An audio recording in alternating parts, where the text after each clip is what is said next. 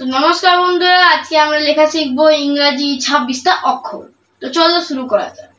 সবার প্রথমে হবে এ, তারপরে হবে বি, তারপরে সি, আর তারপরে ডি, এটা ই আর এটা এফ।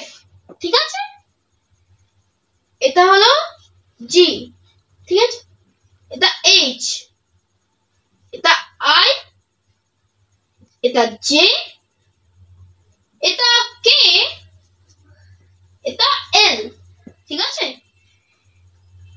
এটা এম, তারপরে এটা হলো এন, তারপরে হচ্ছে ও, তারপরে পি, তারপরে কিউ, তারপরে আর, তারপরে S, T, U, V, W, X, Y and Z. এগুলি হচ্ছে 26টা লেটার, আর এটি হলো বড় হাতের লেখা।